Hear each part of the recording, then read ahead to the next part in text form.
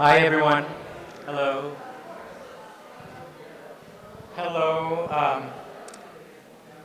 Welcome, everyone. Thank you for joining us. I'm Anthony Allen. I'm a partner at Paula Cooper Gallery, and I'm also a devotee of 192 Books. So welcome, and thank you for joining us. And thank you also to those of you who are joining us online. The question of who can lay claim to cultural property, the question of who gets to represent whom and how, whether in a museum, in a work of art, or in other forms of cultural expression, seems intractable. It is a pressure point that has only grown more painful in recent years in the US and abroad. But it is one with a long history.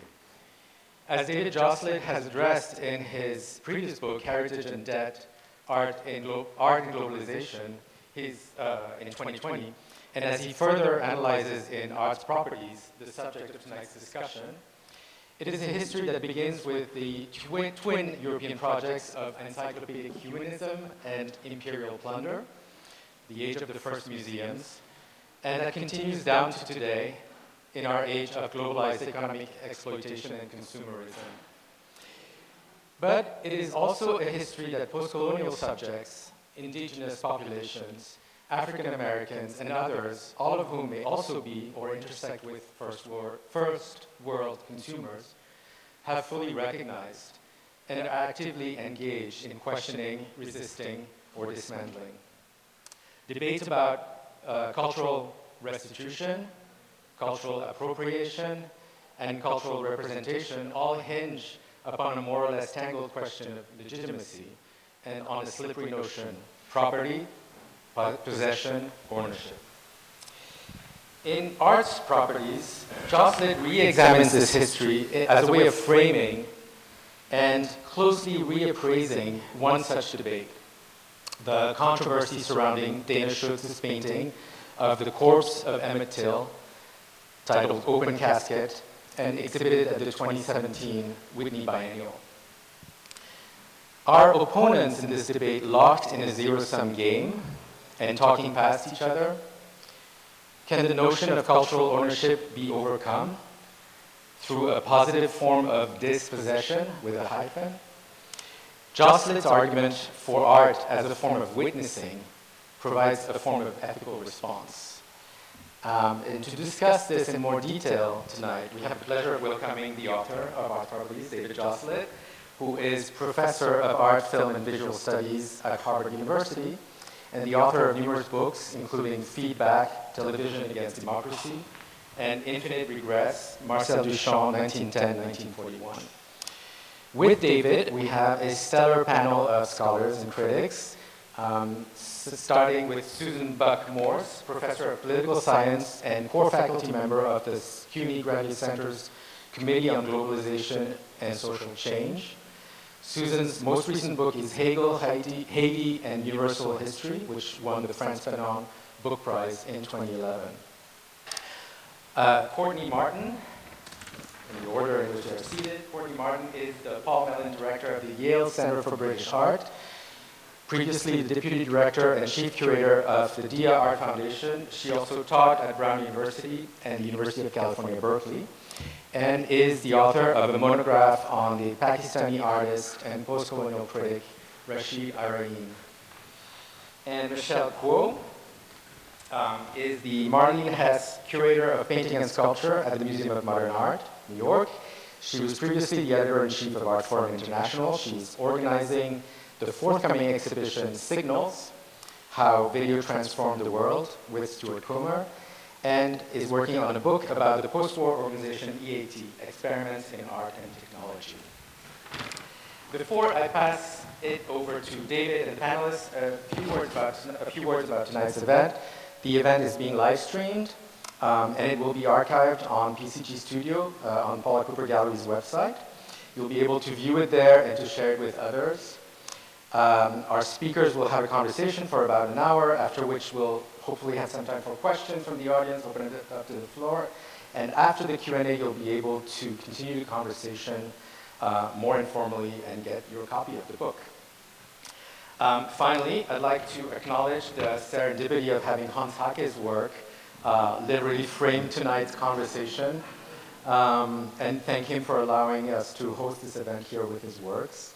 Hans is one of the first artists of the contemporary era to recognize how deeply problematic the ownership and instrumentalization of art could be.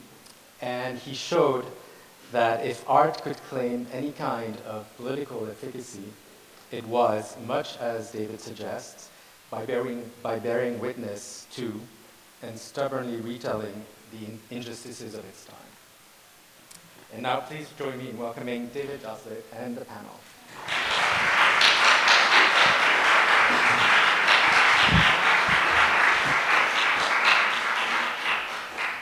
Thank you, Anthony, for that really lovely introduction. And I really appreciate your hosting us, the whole crew at Paula Cooper and 192 Books. I'm especially really humbled and touched by my friends and colleagues with whom and from whom I've learned so much and who've inspired me so much over the course of different parts of my career to make time in their super busy careers to do this. I want to make one slight correction. Susan's last book is year 1, right? Not year 0. I usually call it year 0, and she makes fun of me for that, but which is also a very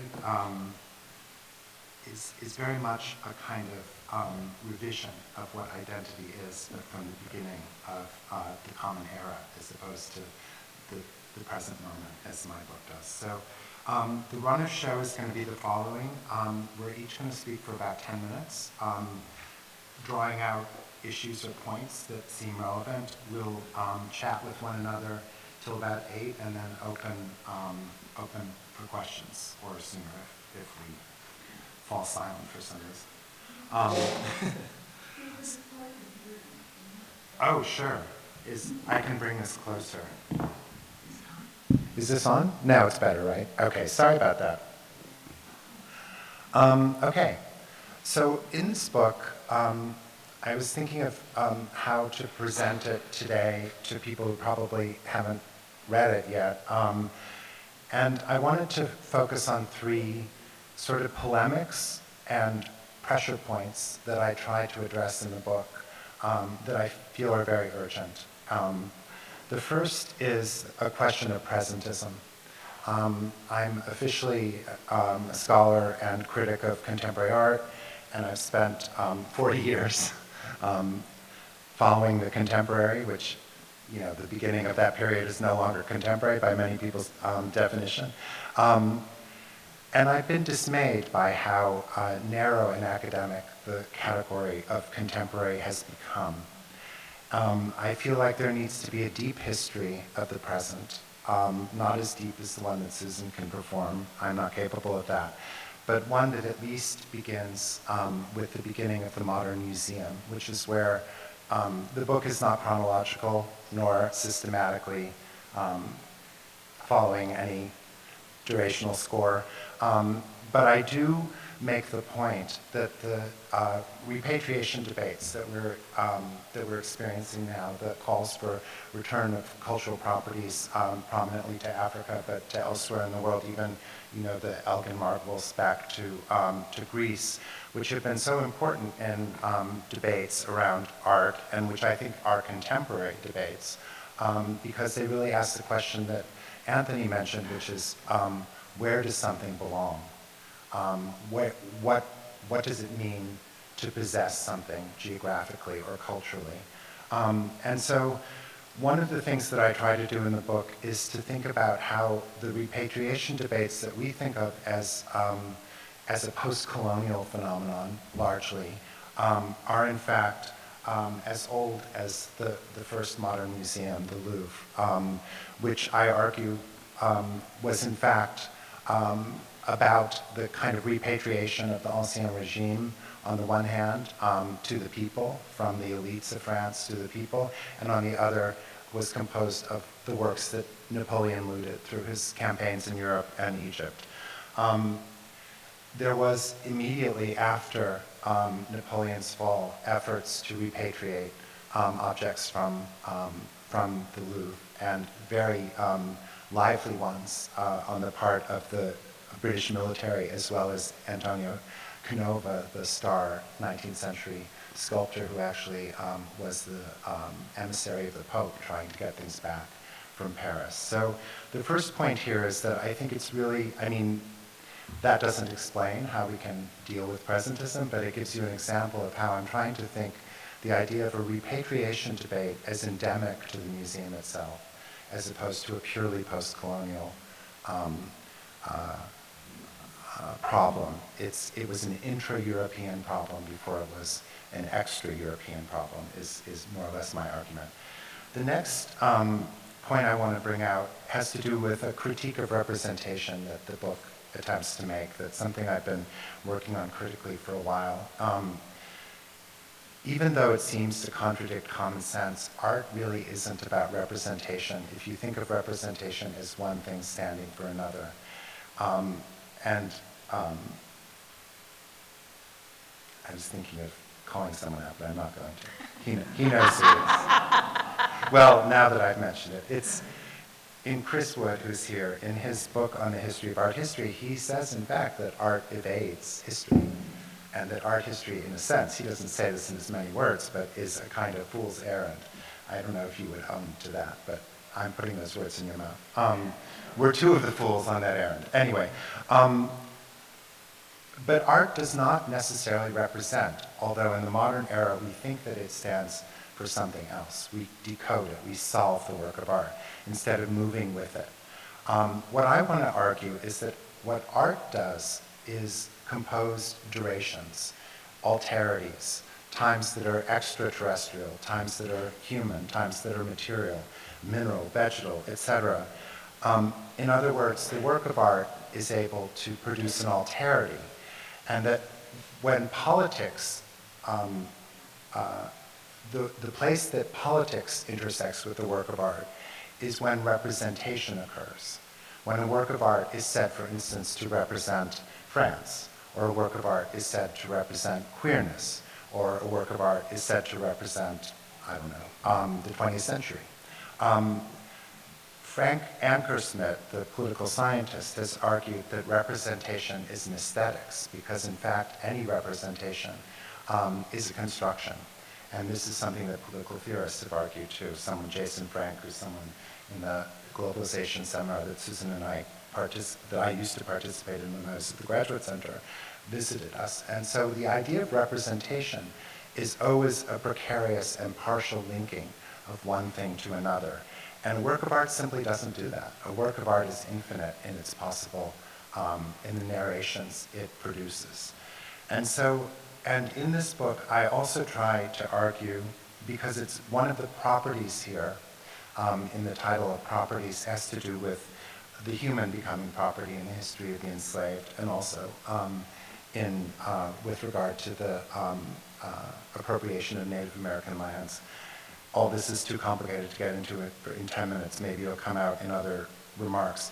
But what I want to argue here is that representation can be both voluntary, it can be a form of self-fashioning, but it also is involuntary. It can be a kind of stereotype that one is forced to inhabit, as Frantz Fanon says in Black Skins, White Masks, when he talks about encountering an externalized version of himself as a black stereotype.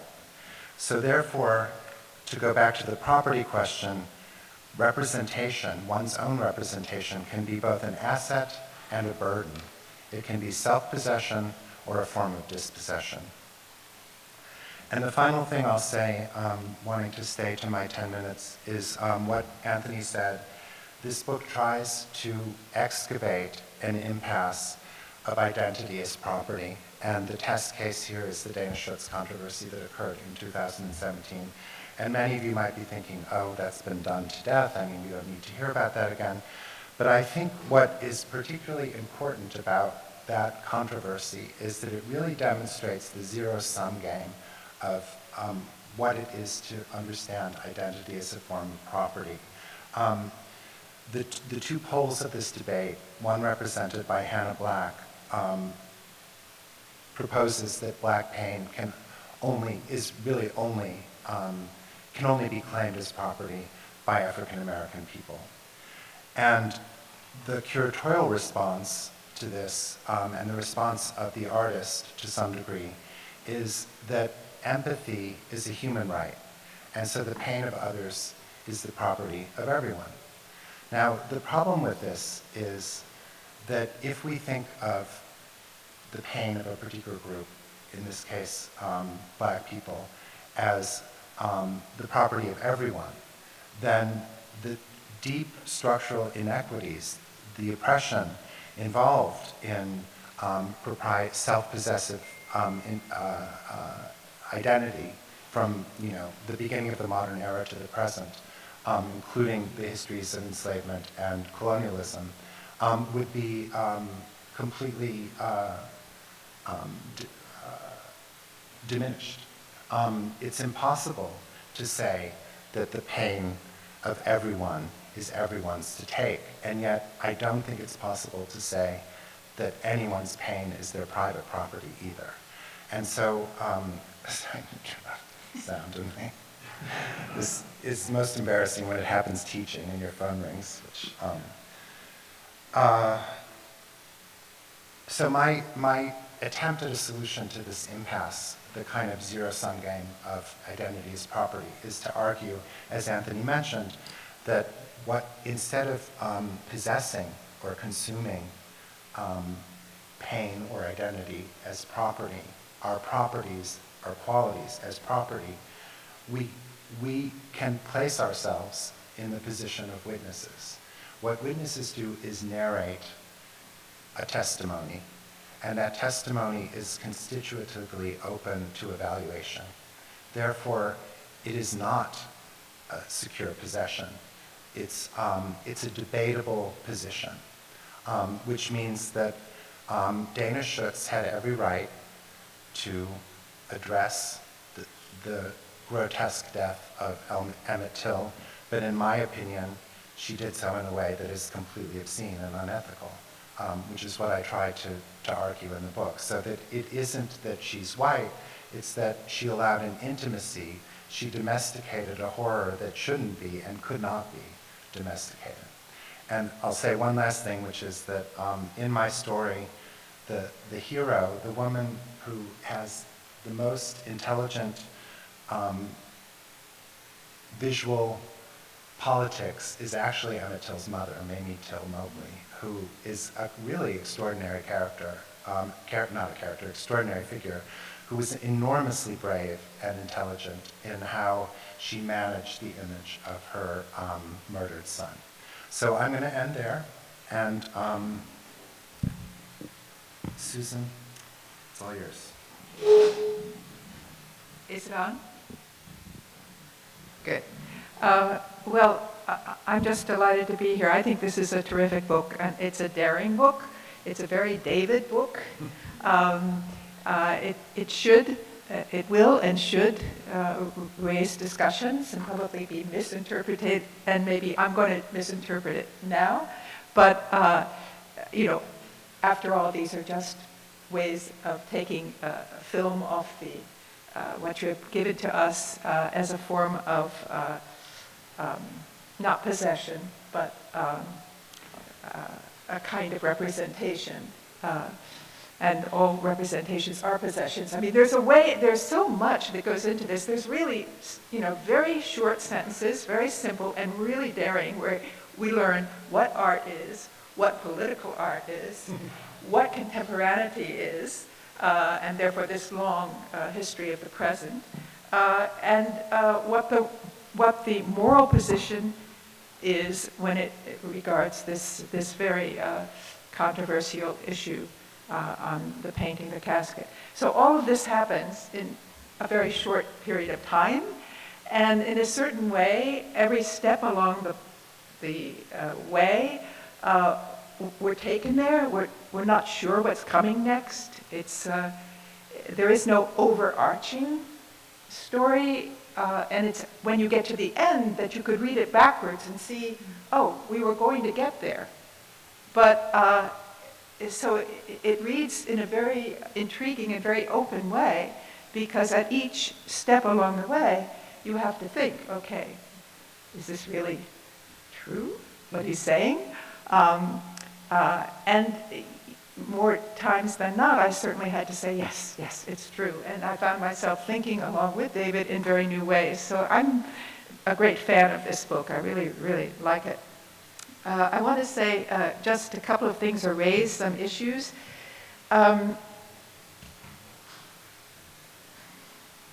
So the writing, just to give you an idea of how clear and beautiful and strong it is, a sentence like this: artworks are not the property of their makers or any nation or identity in which they are assigned.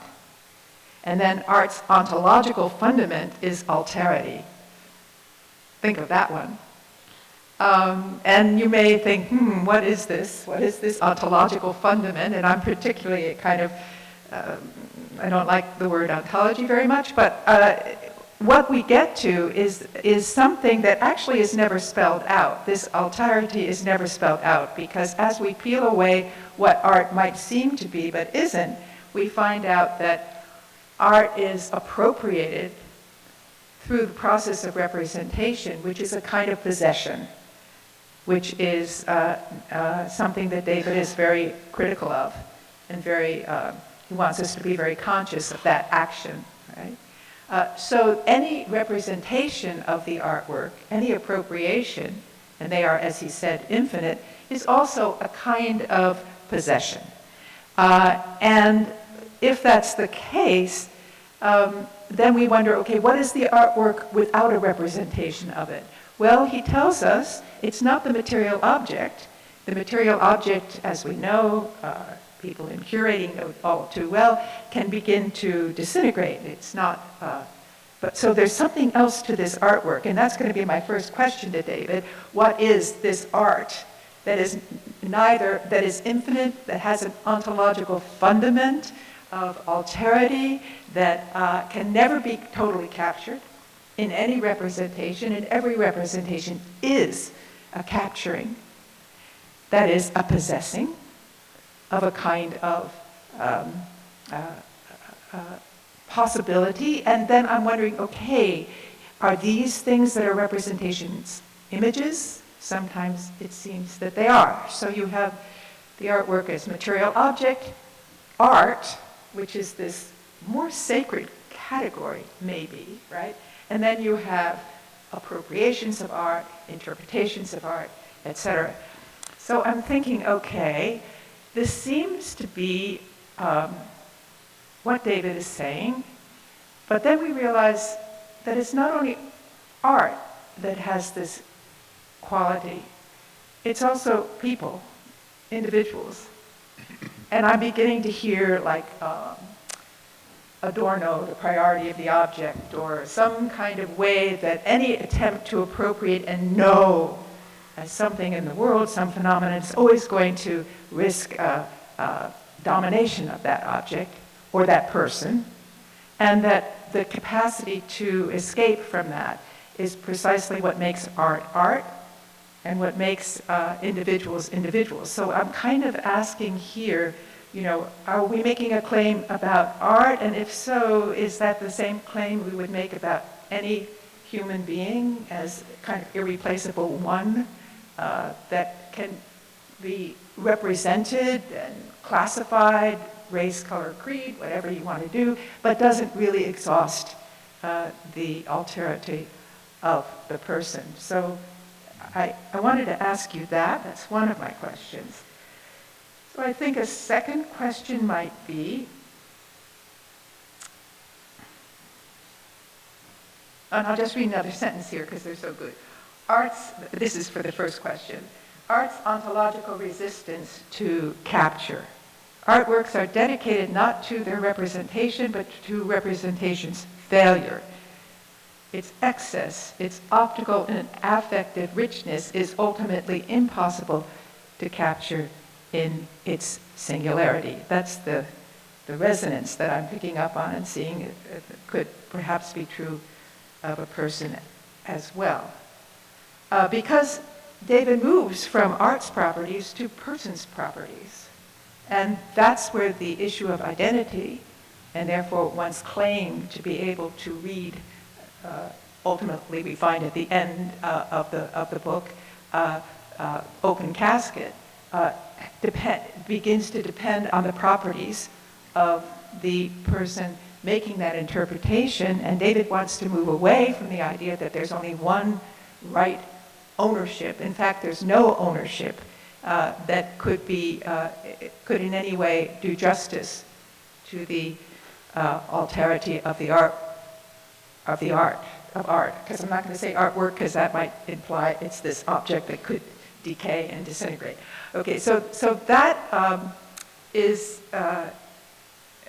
extremely interesting, but also, I mean, this is where I felt a real resonance with, and thank you, David, for mentioning that, yes, I wrote a book after Hegel and Haiti, and that is Year One, a philosophical recounting, where the whole claim is, looking at the first century, for whom is it the first century? Who gets to name it and claim it as the first century? Who owns time?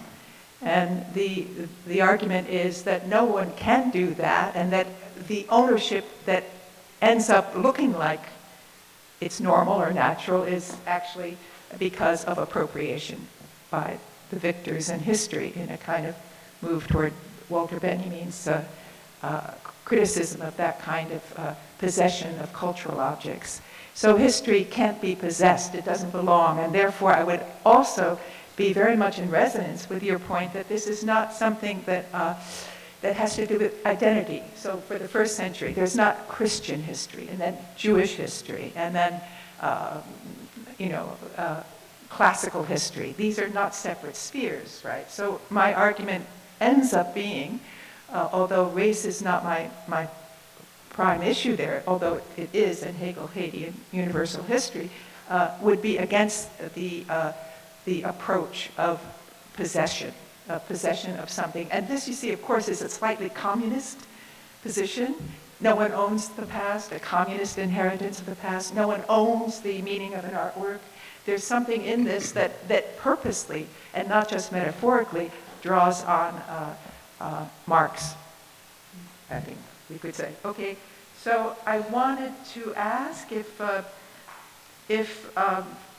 how far you would take this idea of property. Again, it seems to me that this is a philosophical book of great depth, which has repercussions outside of the specificities of the art stories that you tell, or the narratives that you tell. And then I would guess one other question, maybe. I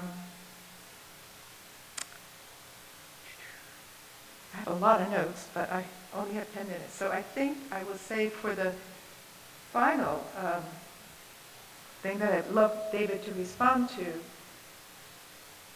is what is political art? Which, it's kind of one of those questions we talk about a lot, right? And I'm quoting here again, a progressive politics of art must embrace dispossession.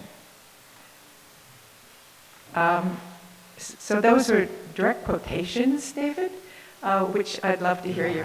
Yeah. Yes, dispossession, and the emphasis is on that hyphen, actually. So I think that's 3 questions, and I think I'm inside of 10 minutes. So thank you very much. I really do love the book, and it's going to make waves in a good way. Thanks, Susan.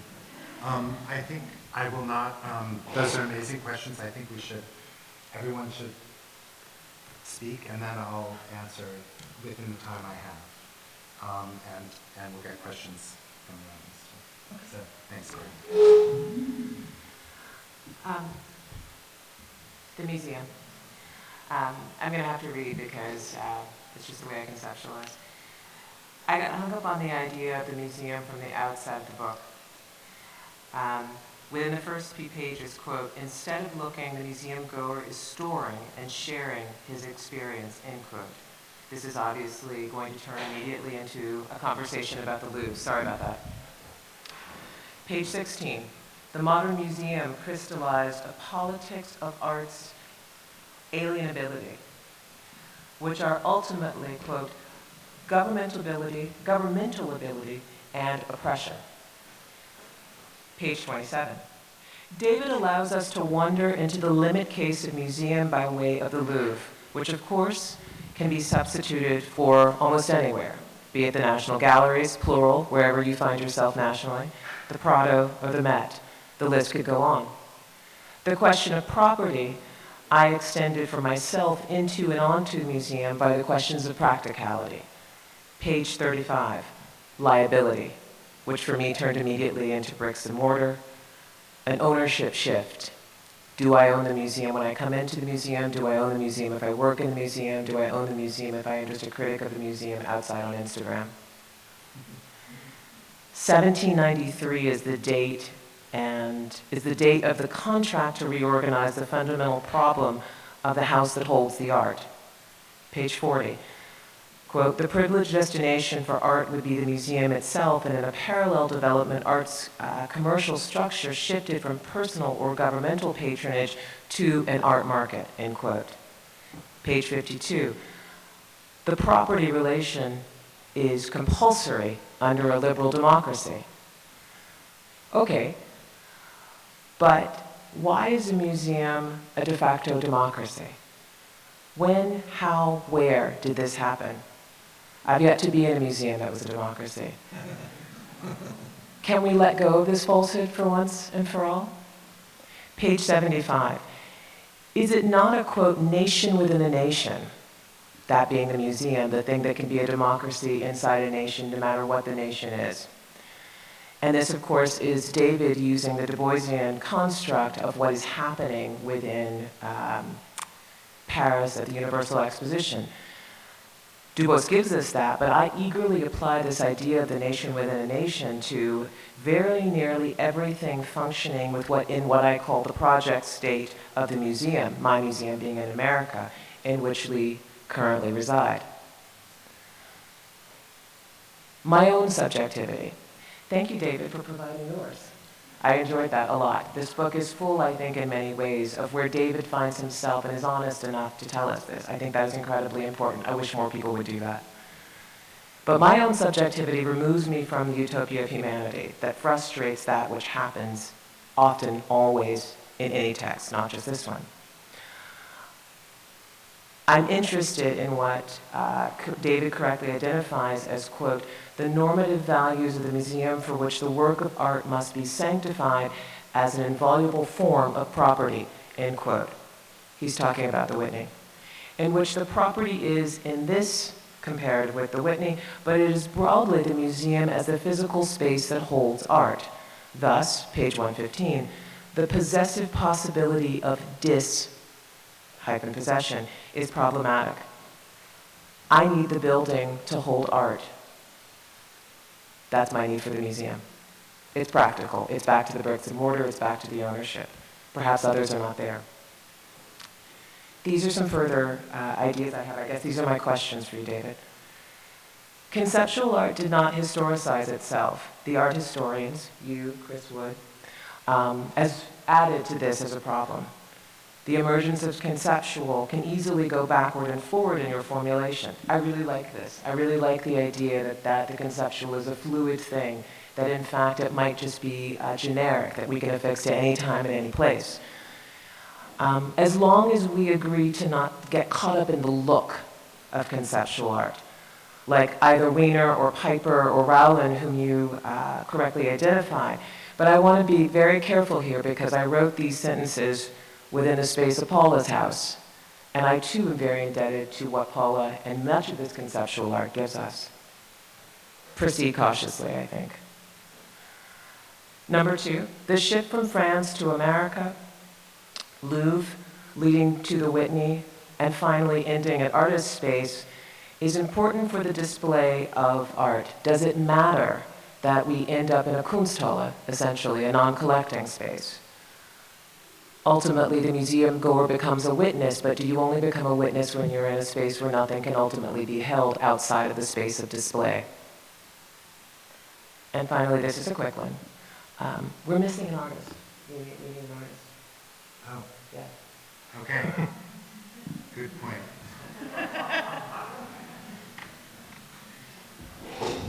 That's not a question. No, sorry. Thanks, Courtney. Yeah. I think there are a few artists in the audience, so. Yeah, though I feel confident I will speak up. Great, okay. Well, I will plunge in. And I was, again, just incredibly struck by the density and speed and alacrity of this book, and I think the urgency, and that's something that I've always appreciated about your writing, David, which is that you are not afraid to basically just put something out there, and it's something that is going to potentially stimulate debate. It may stimulate polarization, but it is something that you are generous enough to give us. And again, that takes a lot of courage, and so I really, really thank you.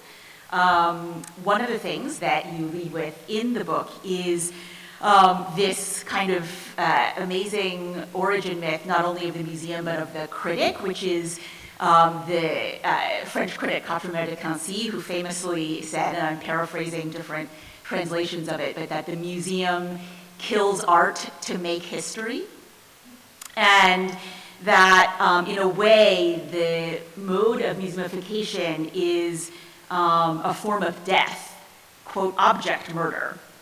And for Courtney, this was a death of sentiment, of the kind of habitus of a culture or a population.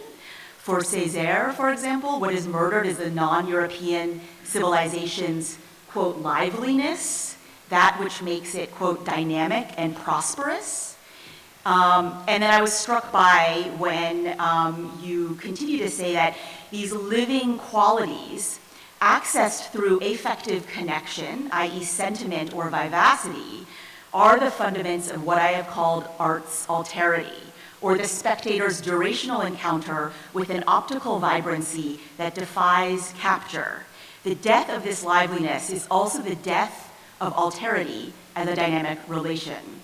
So the living object becomes a dead thing when its capacity to generate multiple meanings is extinguished, when it is made into a fixed representation of, for instance, primitivism or barbarism. And so, for example, colonization becomes thingification, a la César. The modern museum becomes a kind of form of governance, of oppression rather than liberty, and turns the living alterity of art into a static or dead representation of difference.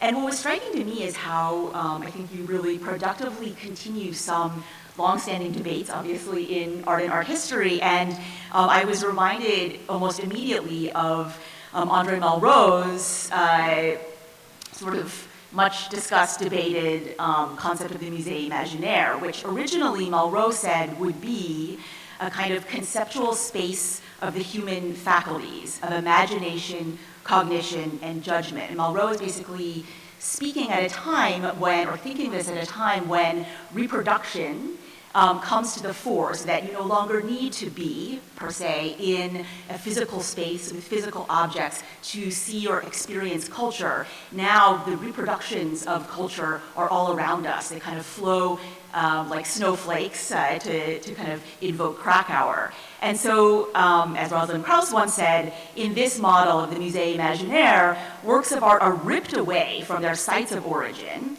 and through their transplantation to the museum or to photography, they're cut loose from all referentiality to the use, representational, or ritual for which they might have been created. And so this kind of transplantation to the site of reproduction through media, through photography, to the copy, and this should sound familiar in many amplified ways to us right now. They're unmoored from their original scale, their density, their textility, or tactility.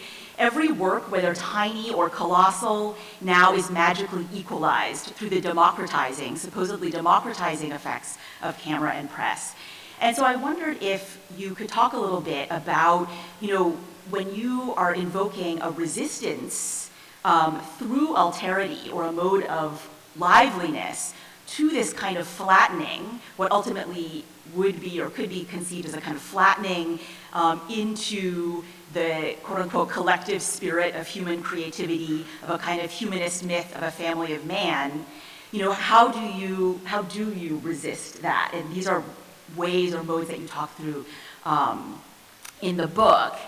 And I think there is a really interesting way that you invoke the plenitude of an art work or of art. And for me, this also invoked a kind of mid-century moment, which I thought was really interesting, which I'd love for you to potentially talk to or respond about as well, which is that of Merleau-Ponty's phenomenology. And that is this idea that, or even Husserl's phenomenology, which is this idea that not only art, but actually the real has a plenitude that escapes any kind of capture or language or representation. There's something about it, a kind of literally sensuous plenitude that exists and that always exceeds any kind of representation or capture or concept. That, of course, was a response to the horrors of World War II and this idea that, in a way, one needed to recover somehow or restore the plenitude of the human subject after essentially the atrocities and the annihilation of the war. And so I wondered if that historical moment was something that was interesting for you. It's obviously very loaded, but this idea that can you have alterity that is potentially not actually just about liveliness or plenitude? Does that necessitate other modes today? Another thing that I thought was really fascinating was the way that you talk about and I think really recognize the transformation of the commodity, what we would call a commodity, so that the commodity is no longer associated with thingness, with objecthood, with a thing that is supposedly dumb, mute material, but actually that it is a concept that really with the Enlightenment becomes predicated on no thing, on an immateriality, and this idea that at the time that you're invoking throughout the book, in the 18th century, there is this rise of a transcendental subject that could determine value beyond materiality, beyond the so-called fetish, that the modern European subject was, in fact, founded on the disavowal of the object, on its dematerialization, and that this directly paralleled the rise of the commodity fetish and of colonial empire. And I'm channeling the historian Peter Stallybrass here, who has an amazing background as a mortician. He's like super, super interesting. And I guess, this was another way in which you are able to talk about contemporary artists engaging with, on the one hand, the persistence of matter against this kind of history of dematerialization, and I think maybe you would say dispossession without a hyphen. But on the other hand, artists who are interested in, as you were saying, transforming the art object into a witness that has a kind of aliveness, maybe even humanness, things that talk, and that kind of exceeds any simple reference, and that invokes what you call narrative. And that was something else that I thought I would love to hear more about, and just wondered your thoughts on. This idea that, first of all, witnessing is something that can lead to a mode of resistance and narrative, and I wondered what you might think about forms of, or types of mechanical witnessing. So for example, in a kind of different sphere, another like an almost ubiquitous form of witnessing today is the mechanical eye that takes in everything unblinking, the robovision of surveillance. And I'd actually invoke another contemporary thinker, Aria Dean, who recently wrote for a catalog for the show that's opening next week that David has also written a brilliant essay for the catalog. But she's actually talking about circulating clips of police brutality, which often end up as material evidence, but also literally as forms of witnessing deployed in various legal situations. But she writes that online, there's a deluge of images and videos that circulate without a narrator, offering themselves up for interpretation by human and machine audiences alike. They're a kind of dumb matter, the muck of Western life. And basically she goes on to say that they are, in fact, empty. They kind of represent the repeated failures of empathy for, in certain cases, Black human beings, and more largely, the failure of the political system to recognize this ongoing failure. And I think in this context, this kind of witnessing can be a non-narrative object that may actually not be effective, may not be able to speak. We've seen this over and over. It may not actually have any kind of efficacy, but maybe it also can become a kind of dumb object around which narrative might actually be produced. So that's a slightly hopeful note to end on.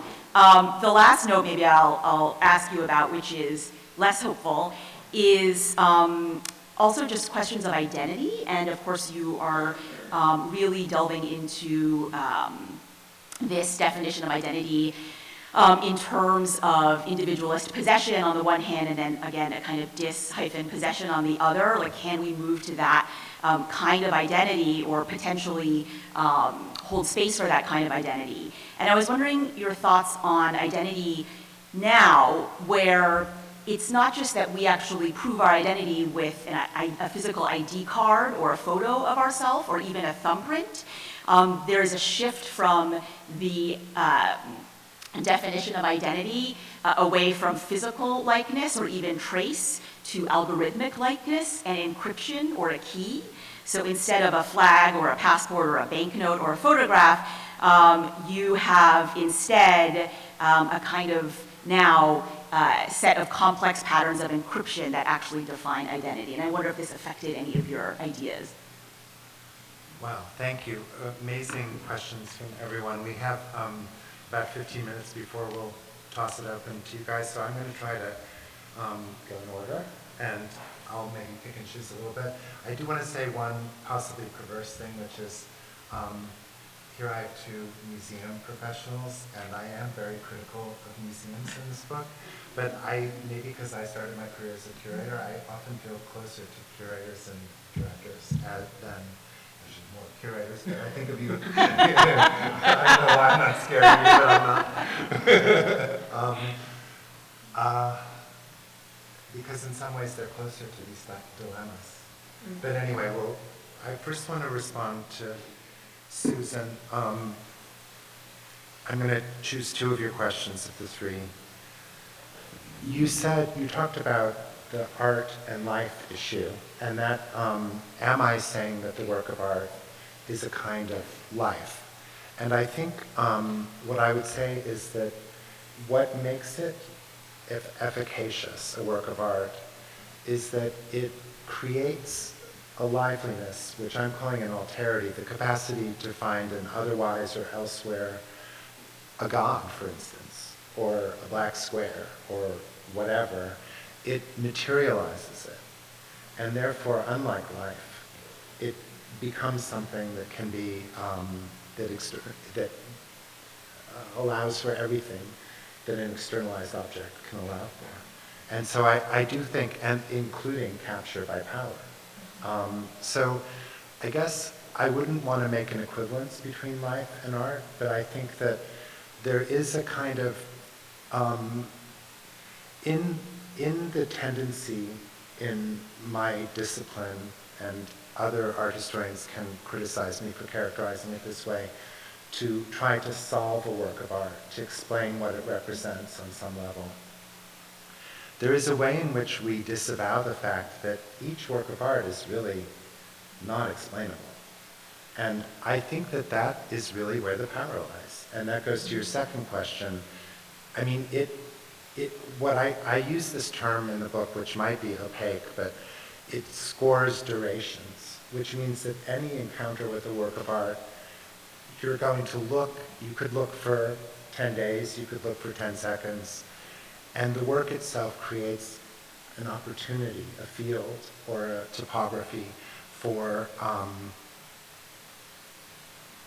intending images, which goes to Michelle's question about phenomenology. I take up on Sartre's definition of the image in the book and argue that the material substrate of a work of art is really separate from the image, which is an intention of the human being.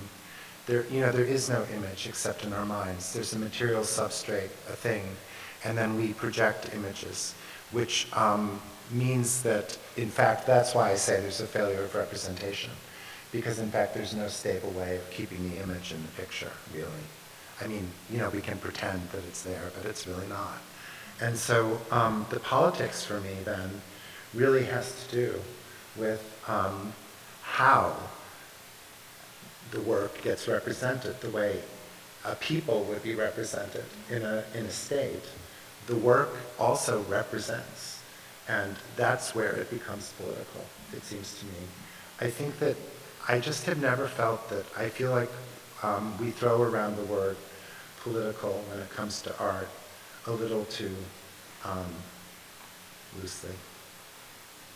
Because I also think, what's so weird is that in the world, our politics are so degraded. I mean, what's her name, Taylor Greene?